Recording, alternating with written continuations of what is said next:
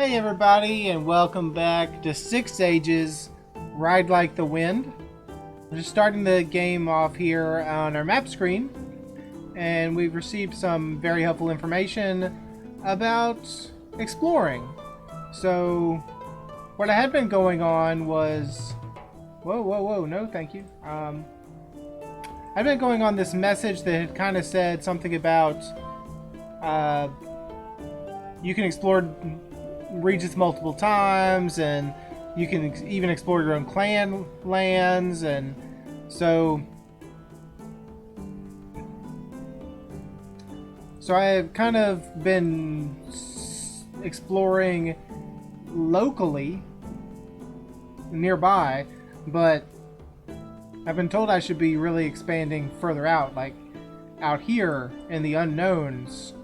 Should be exploring and seeing what's out there. Maybe even these spots. What are these spots? Who knows? So, maybe we'll try that next time, should our people ever return. We got a couple exploration parties here, and we have a foraging party here. And I've also been told that I should be spending maybe a little more time sacrificing for blessings, and that we should also pay attention to horses. So we have 280 horses. We have 625 people. So maybe a good idea to try to increase our horse here. We're full on goats. If we can ride goats, we're in good shape. But horses we could use a few more of. And one thing I've seen is if we go to Hylor here, we can get, if we get his Horsebreaker ability, it's a possibility that we can start to like tame wild horses. So maybe we can try that right off the bat. Oh yeah, rituals. I was told maybe try a little more of those rituals, like that marriage thing that we did. But can we sacrifice to Hylor? As we spin, we should sacrifice at least six cows worth as a fitting gift. We call ourselves Hylorings, but we don't know all of Hyloring's mysteries. You say 12. Alright, yeah, sure, we can do 12 goods. I'm doing goods versus herds because we have a food yield shortage, and herds great food as far as I'm concerned. Sacrifice to Hylor, 12 goods. Hylor unveiled the mysteries of his law blessing. It's not really what I wanted. Should we be setting people on fire? Is that a thing we do for fun, is we set each other on fire?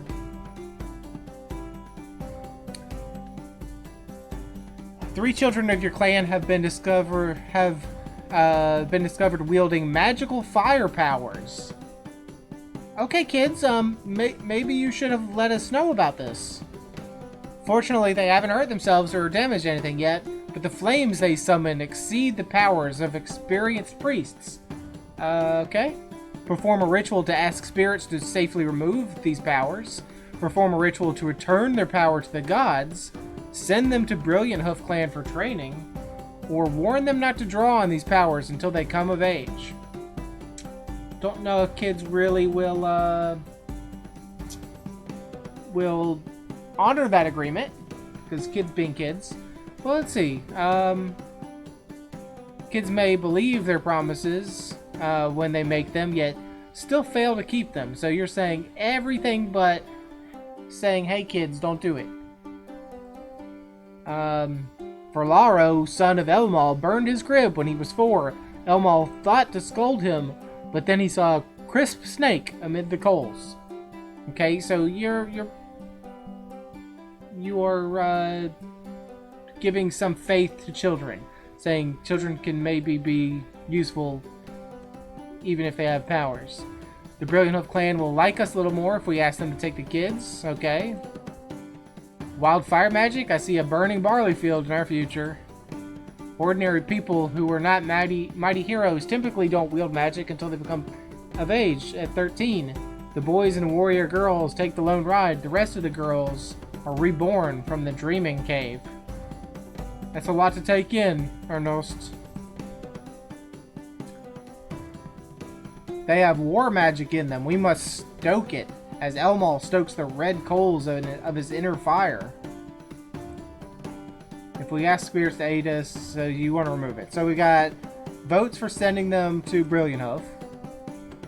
That seems to be the most common thing. So, you know what? Maybe we can have those nice Brilliant Hoof people meld these children into good warriors or priests.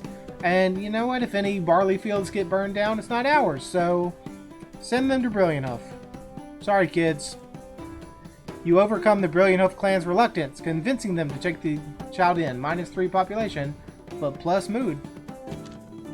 So everyone's like, is that plus mood for Brilliant Hoof? Or plus mood for our clan? Like, yay, we got rid of those meddlesome kids that are throwing fireballs around.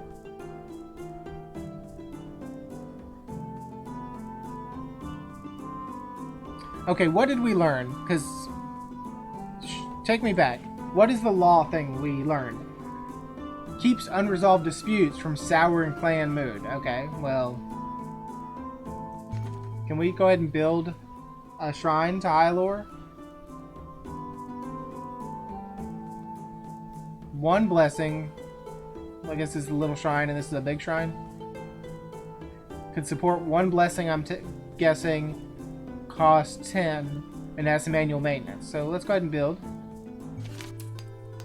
Okay. Mood minus. Just right off the bat we get a mood minus. You need to pick the response you want to focus on. For example, is calming or feasting more important? So what we have a angry dispute and the kids are mocking each other in imitation or what? A legal dispute between two of your families has been settled, but rancor continues. This is when we could have had that law thing. This law might have helped us, but Varys brought a case against Akar for grazing herds on land allocated to his family. As tradition demands, they took their case before the 3 clan elders, who ruled in favor of Varys. Okay, so don't put your herds on someone else's land. 2 appeals, first to other elders and then the chieftain, affirmed this ruling. Even so, Akar's family, the Zarents, continue to complain and argue. Other families now say that their bickering sows discord through the entire clan. Okay, so Akar's family, you didn't really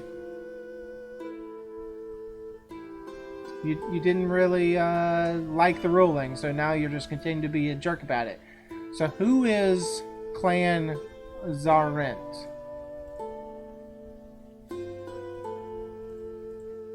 Because maybe I don't want to take your opinion.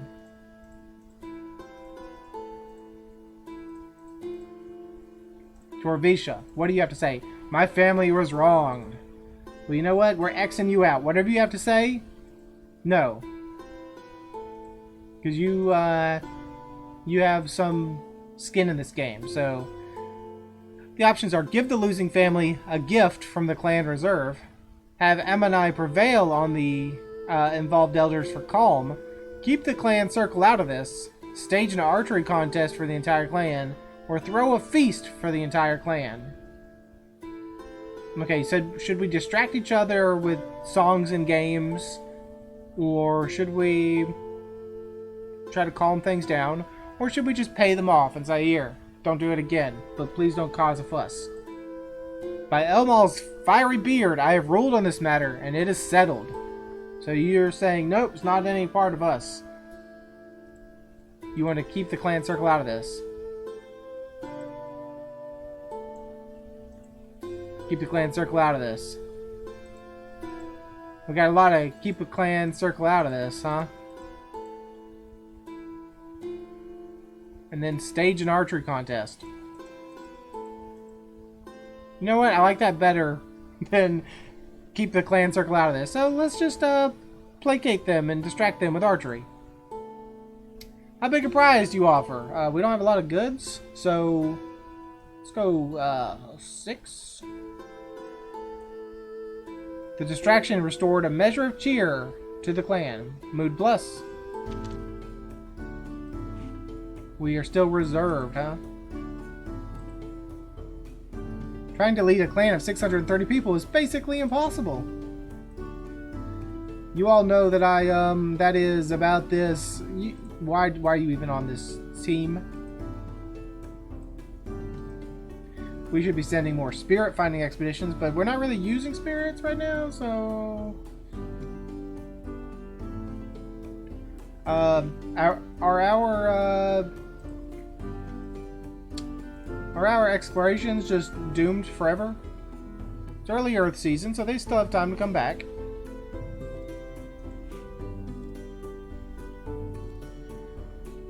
We could sacrifice again, but that's going to end up using a lot of goods.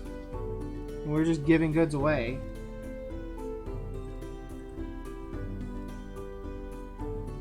There is a recent sacrifice here.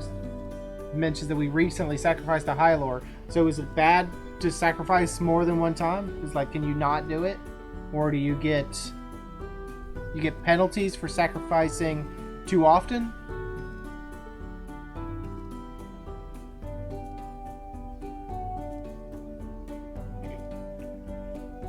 It really doesn't say that I can see. I'll go ahead and look at our spirits.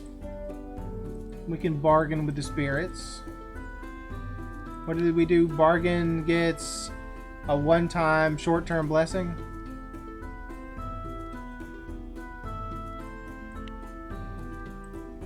I mean, I don't think we really need any of these items right now, so...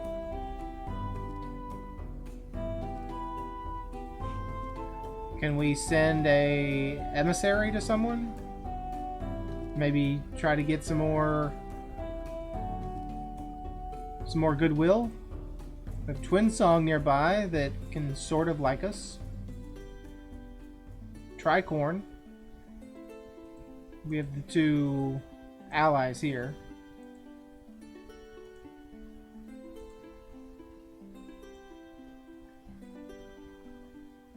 They don't sell slaves, okay. And in Twin Song? So, doesn't say they like... Wasn't Twin Song the people that attacked us earlier? What do we have to say? We don't really have much common interest with the Rams on the other side, sure. Other clans might be interested in hearing about the Magic Wolf. Our neighbors know us, yeah. After we send an emissary to each Wheel clan, the Blackspears most respect our might. And the Grey Wing clan thinks the least of our might, the Blackspears. Who are the Blackspears? Oh, way over here. Our standing with the Rider clans is reasonable. The Brilliant Hoofs like us best. The Eyes of Golds hate us most. So if you say the Blackspears respect us, can we send an emissary to them? We spent no magic on diplomacy, sure. This valley is plagued with bandits. We could assign a larger escort or first devote some time to scouring the area for bandits. Its curry favor were the Sky Racers.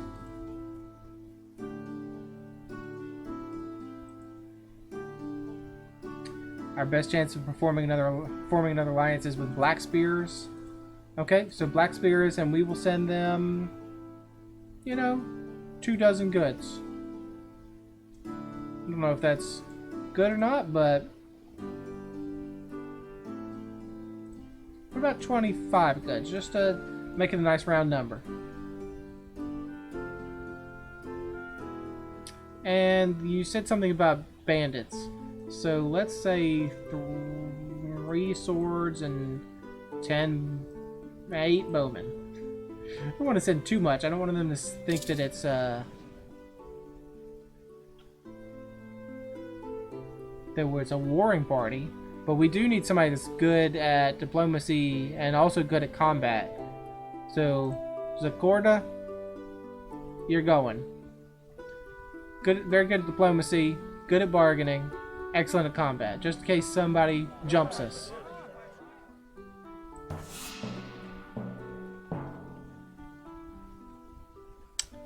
That's what I feared. The party we sent to explore the east a year ago has not returned. Averdar and his party must be presumed dead. Exploration would be easier if we had a shrine to Zarlin, or sacrificed for his Pathfinder blessing. Rip Zakorda. Or not Zakorda, you were over here. Rip the other guy. Zoxora, was it? Did great work, but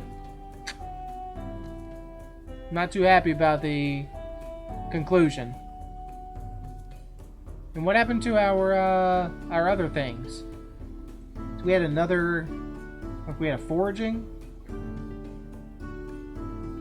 All right, no, there they are. Zoxoro, no, not Zoxoro. Who died? I've forgotten already who died.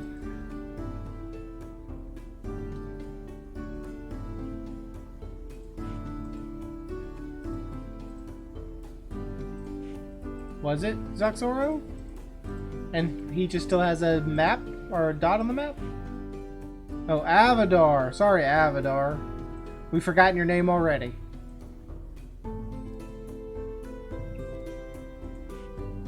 So, that was probably my fault for sending them during a winter season. So, I'm going to send another exploration. I know it's probably bad juju, having just lost somebody. Looks like there might be either some wording right here, or maybe that shows the edge of the mountain. Let's go ahead and send exploration way out here into what may be the Southern Dog Hills. I don't know. I'm gonna need somebody that's good at combat, though, and also maybe good at food and leadership. Ulandus, I don't know what you do, but you're going. Really low on swords people, though, because we lost all the people we sent on that expedition. The Greywing clan, who are your allies, sends emissaries to request your participation in a mission to hunt down and drive off a roving band of Infiteli raiders. Sure, that's how you pronounce it. These people are Rams, but not from the valley. They hail from one of these 4 storm kingdoms to the south. It is bad enough that our neighbors steal our cattle. These interlopers must be shown that we are not their prey. Elmal showed his love for his daughter Osara by showing her how to cleave off the heads of bandits. Well, that's some love. Hey daughter, let me show you how to murder a man. Boost their war magic, that's what you want to do. Send warriors. Regretfully decline. Well, we don't really have a lot of warriors right now. We're kind of thin. Here, why don't we boost your war magic there? Sacrifice, we're really low on herds. We're really low on goods. So, I might say 6 herds. 8 herds.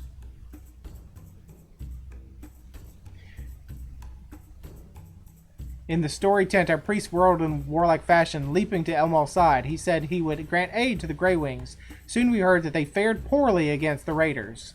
The Infiteli had drawn on the barbaric power of their own gods.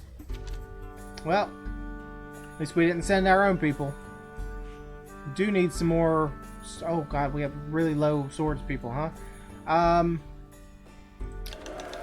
Yep. We're gonna just recruit all the swords people, and we're gonna give you an extra cow. We were only able to raise 3 warriors. Nope. We said we were coming here to do an alliance. We're proposing an alliance. No clan is strong without allies. Do you offer additional gifts? Sure. 8 herds. They responded with barely concealed amusement. They would not ally, they said, with a clan that would draw them into a war with the forces of water. Come on, you don't get to take our herds and then say no! You guys suck. I hate you.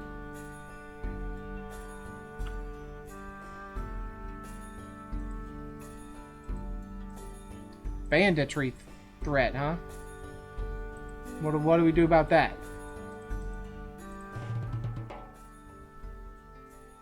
Capture horses, explore, forage, search for spirits. We do nothing.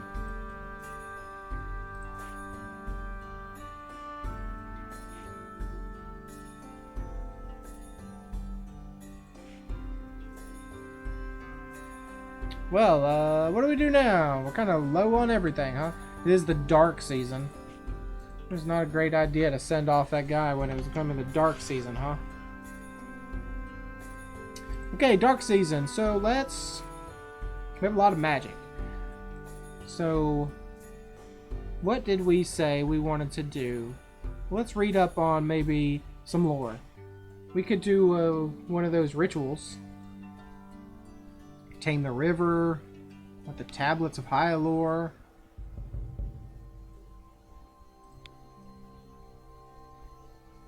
Anilla and the Golden Bush. Zarlin's first wander. Maybe let's look at Zarlin, because we've been having some bad times in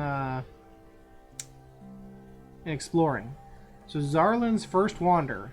Elmal returns home from a raid with Zarlin, his son by a mortal woman. Scorned by Nialda and her kin, Zarlin struggles to make a place for himself in his father's tribe. He exiles himself to a life of constant wandering. By separating himself from them, he makes himself invaluable to them as the scout and explorer they need. So that's kind of the short story version, the Cliff Notes version. He's not a full god. He's getting bullied by the rest of the gods. So he goes out into the world and becomes a scout. But we can get the full story here. It's a little long, but maybe it'll be a good read. One day, and it's very good for us to understand the lore a little bit. One day, Elmal returned from a raid with more than treasure. On the back of his fiery horse rode a boy whose hair shone just like his. The people stared in amazement. No mortal could stand to ride Elmal's horse, wreathed as it was in flames, yet here was the boy whose flesh did not burn, whose brows did not singe, hands clasped around Elmal's waist. So this is him coming back with his son. Nialda was never a fool, and when Elmal returned to their home, she looked hard at the boy, whose nose was as straight and as bold as her husband's, whose eyes glittered with an eager intensity she recognized all too well. Before Elmal could hide him from her sight, Nialda demanded to know who this boy was. The child, who had not shrunk from the heat of Elmal's force, withered under the force of Earth Mother's words. This is Zarlin. I found him among the chariots. Although they pay me homage, and although I commanded them to treat Zarlin well, they disobeyed. You can be sure that I punished their disobedience. For 10 seasons I shall afflict their fields with droughts, and they have also taken this boy away from them. Nialda frowned. Drought will kill barley I have blessed, and this boy, it seems the wheels do not want him. Who are you punishing, them or us? Elmal grew hot. I am chieftain, and if I say the boy stays, he stays. He can stay in someone else's home. So Elmal took the boy to live with Hyalore, who was like him in many ways. Hyalore's latest young wife, Vashtia, took pity on the boy. She saw him for what he was, a divided being, neither god nor mortal, neither rider nor wheel. Vashtia, who had not yet borne a child for Hyalore, treated him as her child. She coaxed him into speaking of his dead mother, the Wheel Witch. The Wheels had disdained and feared her.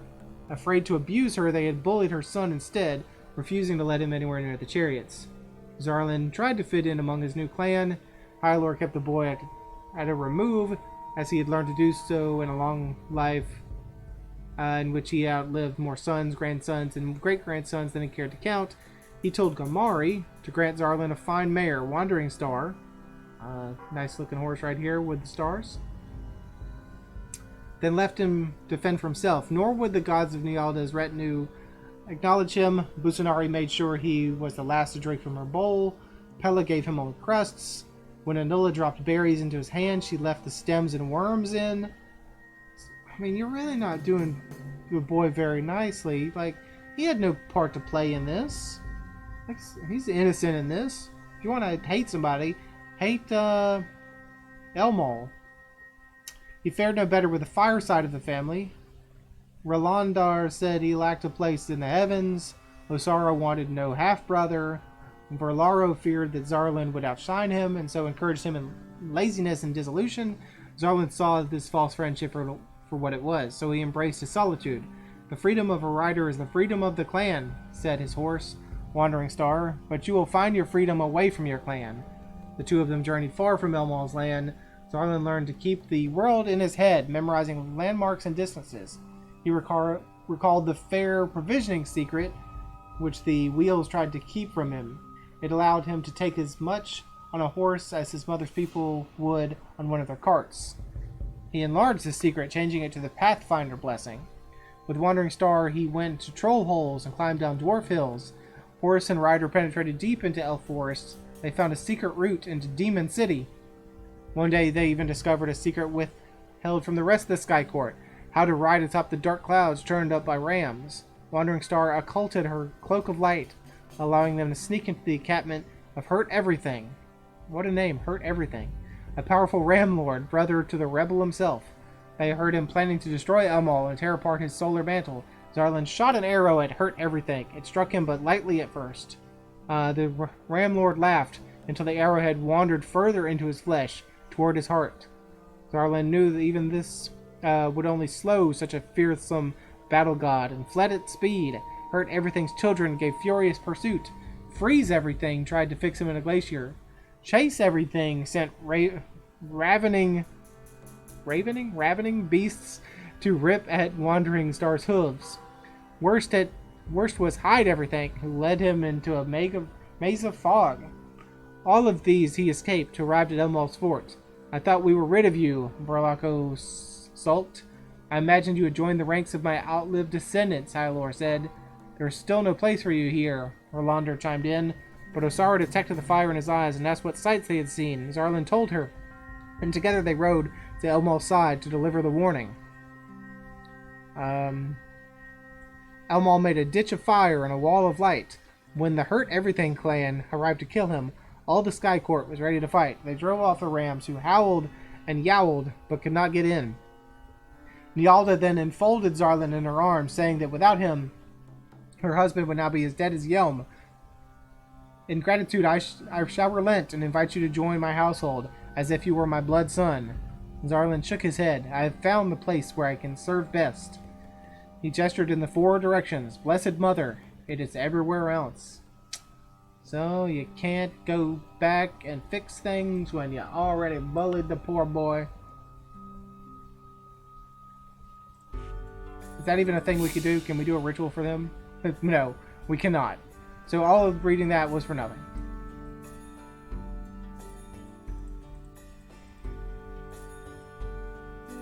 So in that case, since we don't want to read another thing right off the bat, let's just get around to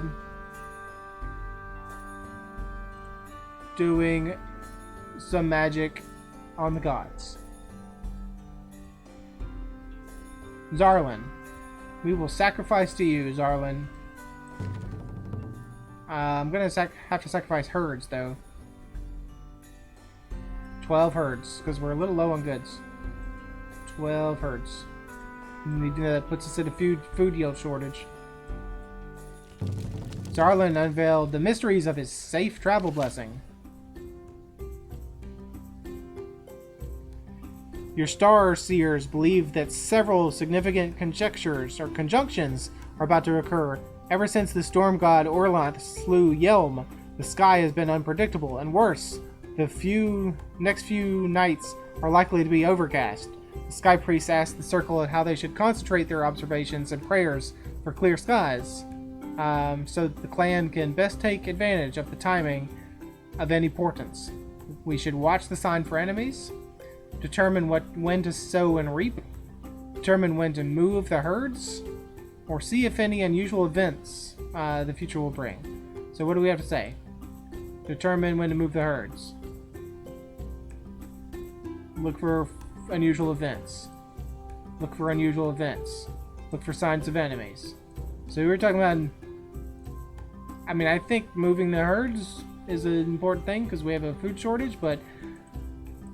we got 2 votes for, 2 votes for unusual events. So... we brought the secrets of reading and writing from Nivora so we can refer to the star ledgers and get a more accurate look at the future. And also, I don't know if it's worse to know what bad things the future will bring, or if it's worse to know what bad things the future will bring, or be surprised by them, but you still want to know. So look for unusual events. Several small stars shot out from Ravenvig. They say we would receive a visit from Raven, though couldn't say how this would turn out. The clouds parted to show Ularia crossing the stellar desert towards the eyes of the Star Dragon, while the Bat approached from the other side of the Celestial River. In a generation, maybe 2, our lives would all change. The seers couldn't say if love or annihilation would win. The oldest priest said it was because it would depend on our own actions. Zoxoro is also apparently dead. Rip Zoxoro. Spirits can be lazy as the rest of us. They will not help us unless we ask. For example, the butterfly spirit has not given us his benefit in a while. Rip Zoxoro, who was over here doing something. Probably getting completely destroyed by bandits. Okay, so I was going to end the episode here, but I want to see if we can't build a shrine to Zarlin, if that's even possible. It is possible. It is going to cost a few goods.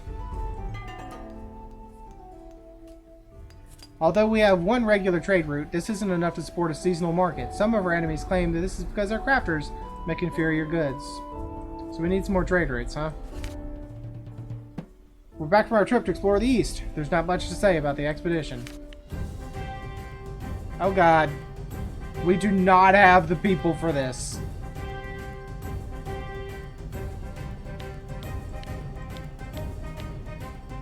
We're being raided by the Rams. Many of their battle cries sound like Earthling, so that must be who they are. There are 118 of them. They slipped past our patrols, and we could only raise 6 swords and 51 of the bows in time. Zakorda was worried at how many of them there were. Let's throw all the magic at it, and let's just survive. That's not great. Definitely not great.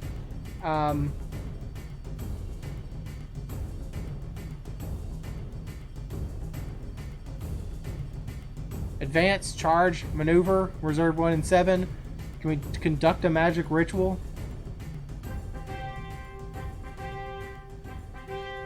Fire hoof, allowing your horses to fight with you. Yes, we need extra people, so that means horses.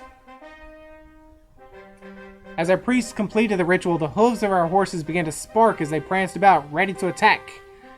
As we performed our ritual, so did the Earthlings. The storm clouds began to lose rain, and our archers groaned in frustration. Great. Let's just intimidate the foe. The Earthling advance faltered. Ha! Maneuver, then. We tried to outmaneuver the Earthlings, but they altered their advance. Hold your ground. They fought ferociously, but could not make us fall back. The battle began to swing our way. Zakorda said that only the gods could say for sure, but our combat abilities seemed better than theirs. I don't know how we've managed to push them back when they outnumber us like 4-1. Conserve your strength, take risks, wait for opportunities, hold your ground, fight fiercely. Let's, wait for opportunities. They tried to press the attack, but we held firm. It was soon over. Oh, we lost a lot of people.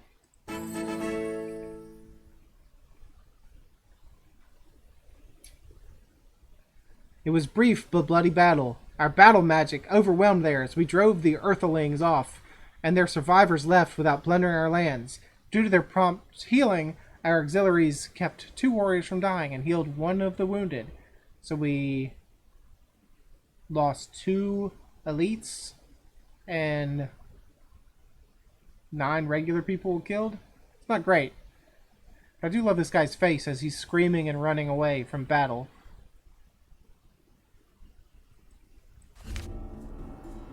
Well,